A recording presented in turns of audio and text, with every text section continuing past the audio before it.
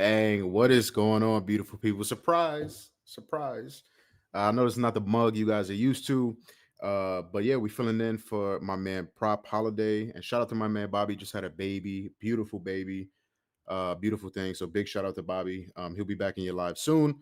But as of now, as of today, you guys are stuck with me. You guys are stuck with me. So welcome to the prop shop.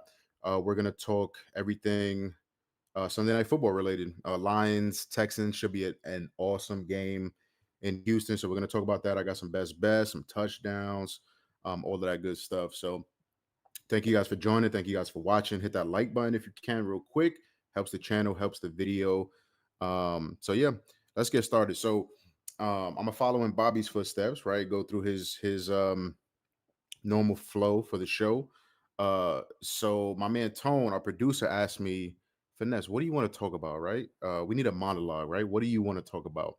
And I find it only right to talk about field goals, field goal kickers, right? Because that heavily influenced my day. So we're gonna talk about that. I got time today to talk about that.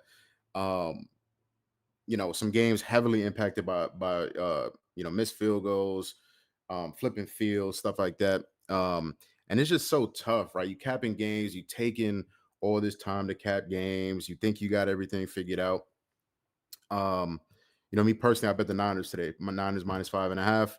Moody comes back off an injury, misses 3 field goals. And that's just the type of stuff you cannot cap. So really tough. Young Way Cool, right? Normally a guy that's absolutely automatic. Inside of 50, miss a couple field goals, which, looking at the final score, obviously very crucial to lead points on the board. So just really tough, right? This time of the year, week 10, lines are already super sharp, whether you bet in props, whether you bet in sides, and now stuff like that happens, just absolutely killer. So that's why we got to try to stay sharp, try to stay ahead of the books, and but real tough, right? Do your job, kick the field goals, do your job, easy.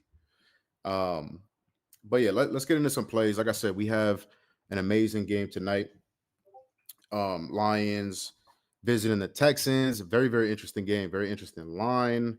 Um, with the state of these teams. So, as of right now, 5:30 on the East Coast. I checked about half an hour ago. Everything wasn't available. Mainly Nico Collins line. So we're gonna work around that. We're gonna talk injuries. We're gonna talk everything you guys need to know. So let's get into the first play. Like I said, I got some touchdowns for you guys, some liquor cabinet, right? Prop shot liquor cabinet. I got some touchdowns for you guys. We'll get into that a little bit later. So show's gonna be pretty much centered around one man. Centered around one man. Hopefully the PEDs are still marinating in his body. You know what I'm saying? We need him to come back. We need you full focus. PEDs, still high elevation PEDs. We're talking about Jameson Williams. So coming back off a 2-game suspension, and really good week to come back, right? Tough matchup, tough defense. So first play is going to be Jameson Williams over 20.5, longest reception.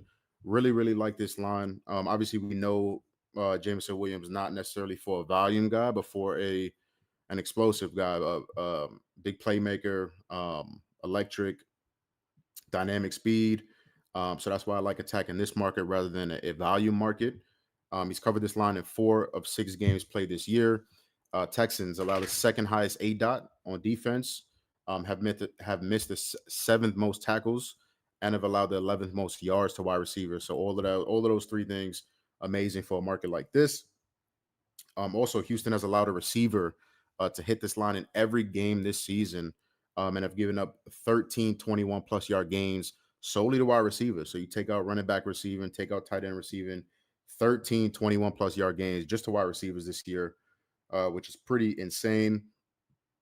Looking more into Jameson himself, 13.1 A dot, which is very healthy, 22 yards per catch this season, which is again right what we need, right at that number.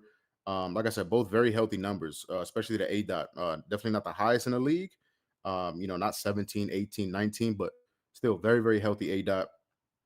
And you mix a long A dot like that with, like I said before, the explosive speed, the ability to miss tackles, um, and Houston's propensity on defense to allow big plays to wide receivers. There's just so much to like about Jameson Williams. So I think he makes his presence felt. they didn't really need him first game against the Titans defense that can be had, whether it's running the ball, passing the ball. But you kind of saw last week. They put up 24 points, only 17 of those were on offense. Um, so not heavily missed Jameson Williams. They still have a ton of weapons, but I think he's going to make his presence felt in this game. What the books expect to be a close game, a high scoring game. I think the total is hovering right around 50. So I think it's just a good overall environment. I think the Texans can push this Lions team. Um, and put points up on the board so the Lions kind of stay in pass mode more than just kind of handing it off every play to the dynamic duo in the backfield. So yeah, I just think it's a great game environment. Kind of lends into that explosiveness and making his presence felt. Kind of plays into the next couple of plays. But yeah, Jameson Williams over 20 and a half, longest reception. Just one play, right? That's all we need. His receptions line is 2.5. Not 4.5, 5.5. Like I said, not a volume guy. That's why I like targeting this market. Just give me one. Give me one play. Um, I also think it's a situation where obviously the Lions, amazing O line, amazing dynamic duo in the backfield, bunch of weapons, right? Amon Ra, Laporta, a lot of weapons, right? So there's going to be a ton of attention on that backfield. Um, and we already talked about the Texans' propensity to allow big plays. I think JMO can definitely break one. So really like that one. We'll start you out with a little longest reception play. Real quick, I want to shout out sponsors to the video, Bet MGM. Have been a sponsor for a long time. So big shout out to them. If you're looking to join BetMGM right now, perfect time to do so. BetMGM is offering a $1,500 in bonus bets paid back if your first bet doesn't win. Amazing way to bet with a peace of mind. There's going to be a link in the description of this episode to claim the offer. Of course, must be 21 and up. If you have a gambling problem, call or text 1-800-GAMBLER.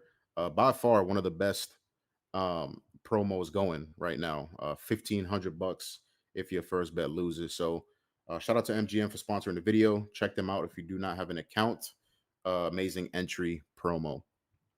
So yeah, with that said, let's go to um, some nice plus money.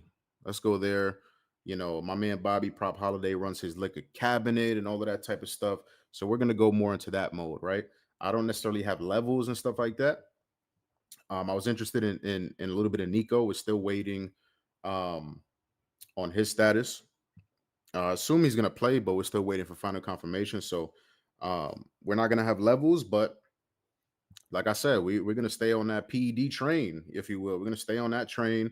We're gonna go right back to JMO. I'm seeing a lot of love for Amon Ra tonight, and it makes sense, right? He's getting a big bulk of the red zone targets for this team. Excuse me, a guy that creates consistent separation, especially in the red zone. I'm going to pivot a little bit to a guy at a much better price, plus 225 for Jameson Williams, anytime touchdown on DraftKings. Still, 17% target share in the red zone, which is, again, not going to be, tops of the league, but still pretty healthy. He's getting nearly 30% of the wide receiver targets in the red zone. But JMO's not a guy that needs, red zone targets. Like we talked about at the top, JMO is a one play touchdown kind of guy.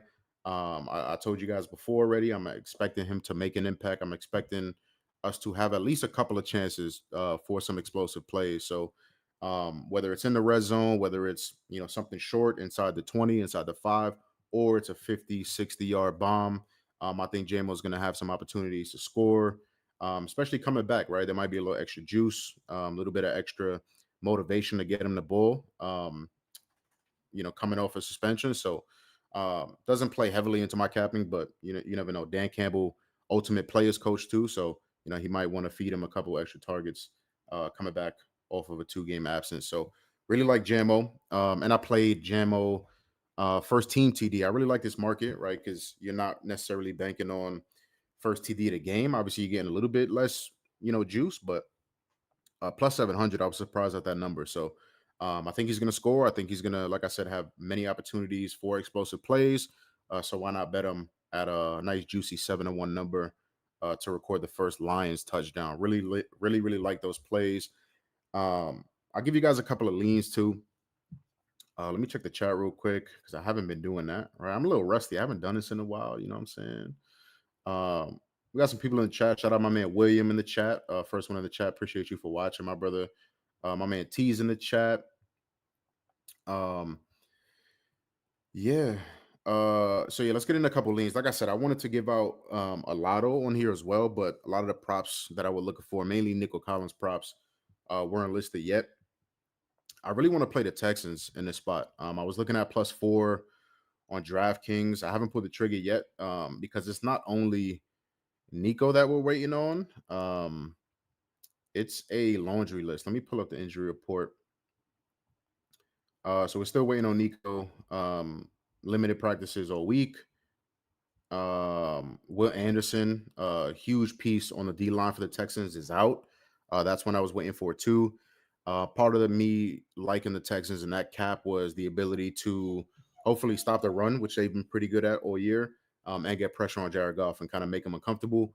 Will Anderson is a big part of it. So him being out is not necessarily ideal. And the Lions are dealing with their fair injuries too. Taylor Decker out for this game. Reeves Maben out for this game. Emmanuel Mosley, DB, out for this game. Malcolm Rodriguez out for this game. So, Lions dealing with a fair share of injuries too. I just think it's a game of positive and negative regression, right? The Lions are playing, like one of the best teams in the league, winning games, putting up 50-point games and stuff like that. Their offense is definitely dynamite, but I'm expecting some regression at some point, right? And on the road as 3.5, 4-point favorites against a pretty good Texans team, I think it's a pretty good spot for some regression for that offense, for Jared Goff himself, who has played very, very clean football for most of the year. I'm not saying the Lions are bad, but they're playing at a world class elite level right now. I gotta expect at some point they're gonna come down a little bit. And like I said, on the road, I know they're still indoors, which is good for Goff, but